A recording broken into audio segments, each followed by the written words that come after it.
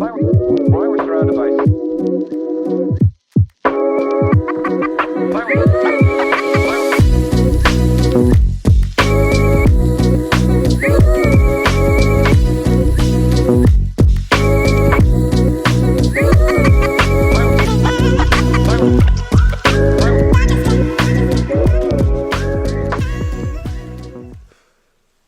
What's good, everybody? Welcome back to another episode of Combat and Kick It with your host, Bando.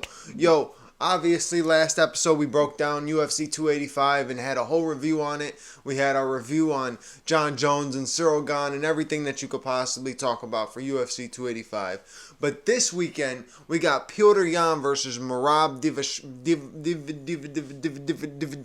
You already know, I've always had fucking trouble saying this man's last name, Dvalishvili, I think it is how you say it. But always had trouble saying Merab's last name, so we just rock with Merab around here. But Petr Yan versus Merab is this weekend, this Saturday. And it's a very important fight. Now, we all love seeing Petr Yan fight. I know some people aren't the biggest fan of Merab. He has a more not so fascinating style. He doesn't really draw you to watching his fights. But when you look in terms of the rankings, in terms of position for this division, and in terms of where everybody's at, and especially where Petr Yan is after his last two fights, it's a very big fight. It's a very important fight for the bantamweight division. Now, I figured, why not? I got to break it down. I got to talk about it a little bit. The card seems like it's pretty decent. You got Ryan Spann and the Nikita Krylov fight that was supposed to happen last week or 2 weeks ago is now this weekend. So, looks like an interesting card. You got the return of you got Romanov versus Alexander Volkov.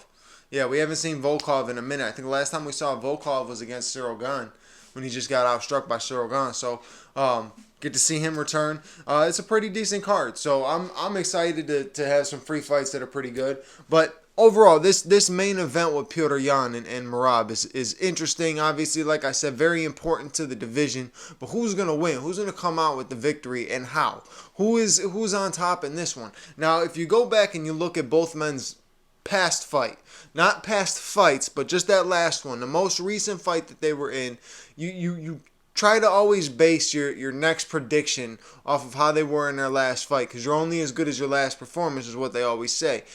Petr Yan, I thought, looked fantastic in that last fight against Sean O'Malley. Now, he had a couple times where Sean O'Malley caught him. Sean O'Malley had some success as well. You can't argue it. You know, he did get the decision win, so he obviously had to have some type of success. But Petr Yan fought good, mixing it up. His striking was good. He was staying on flow with the same. I was just rewatching. He was staying on flow with everything that Sean O'Malley was doing. So if Sean O'Malley was orthodox, he was orthodox. As soon as Sean O'Malley would switch southpaw, Petr Yan would switch southpaw. So he's very, very intact with the entire fight and everything going on. He's got such a good IQ, and he shows it in every fight. Now, watching some of Merab's fights, we've seen a couple moments where Merab has been in trouble, like the Marlon Moraes fight.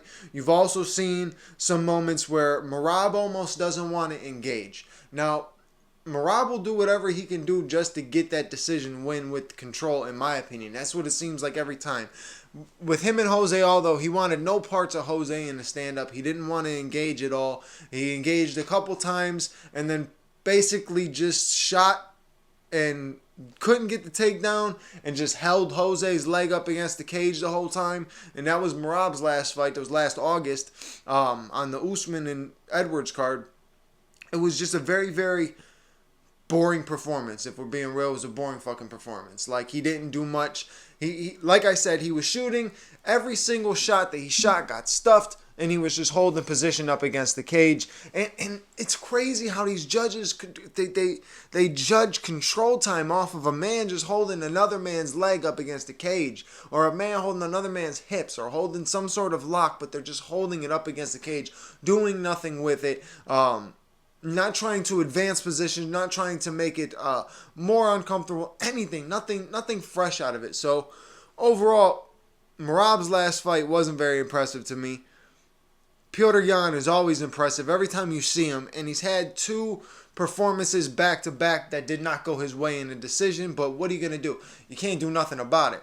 Now, you take both these fighters stylistically, it's an interesting matchup because, like I said, Merab may be boring, but he's not shitty. He doesn't suck. He's not bad. He has skill sets. He has talent. He is a good wrestler. Just, it's tough to try to wrestle a guy like Jose Aldo. He couldn't get Jose Aldo down, but Jose Aldo's takedown defense, we've known from the past, is an amazing takedown defense. But I think Petr Yan is the same way. We've seen it. Petr Yan, Aljamain Sterling, a couple times in the Aljo 2 fight, Aljo was getting him down in the first fight. He was missing takedowns and getting swept, and he did in the second fight as well. But a lot of times when people shoot on Petr, they miss, they get swept, or he ends up on top some way, somehow. I think Petr Yan is going to have the most success in this fight, and I think this is the fight that Petr Yan needs. Now, I think Merab is on the way up, man. He's riding some good momentum, and I don't know, he's building some sort of beef off of the Georgian, Russian stuff, maybe Ukraine's. I don't know nothing about all the stuff, but he's building some sort of beef off of the nation's problems. And he's trying to fight it that way. It's a real weird thing that he's going in there with, trying to bait Petr Yan into a fight. But he's gonna get it Saturday, and I think Petr Yan is gonna come out the victor. I think Petr Yan's got the sharper striking, and he's got fantastic takedown defense. I think if he starts putting the pause to Merab early, and he shuts down the game of Merab, where Merab can't just hold him up against the fence. The worst thing for Merab to do is try to do those clinches up against the fence. Petr Yan is very, very good in the clinch. Forgetting his Muay Thai is fantastic. Tiger Muay Thai training, trained with Alexander Volkanovski over there as well, and then all the different Thailand coaches in Tiger Muay Thai. I mean, that gym is insane, absolutely insane. Look it up if you haven't heard of it before. That's probably the best Muay Thai gym in the world, and Petr Yan's got that beautiful Muay Thai, beautiful kickboxing, really good striking. So I'm going to be honest with you, and I'm usually not super one-sided on somebody like this, but I'm totally leaning Petr Yan. I think skill set and stylistically, Petr Yan wipes him out, gets Merab out of there early, and yeah, he probably could make it look easy. Now, if Merab does somehow get the control that he's looking for and just is able to hold and do stuff, Merab's not much of a finisher. He's not much of a finisher. So maybe Merab can get the decision, but we already know Petr Yan has been to the 5 rounds. He could outlast him in a 5-round decision. So let's see. It's an interesting fight, and like I said, a very important fight for the bantamweight division. But tomorrow night, I'm rocking with Petr Yan. That was just a quick little episode, a little breakdown for UFC Vegas. I appreciate you guys for listening. As always, you already know what to do. Like, subscribe, comment, hit the bell notification button so you know when my next episode is being posted. And as well, go back and check out some of the old episodes. Comment and let's talk about them and have some fight conversations and different things and different topics for me to discuss on the next episodes. But I appreciate you for listening, and I'll talk to you later. Peace.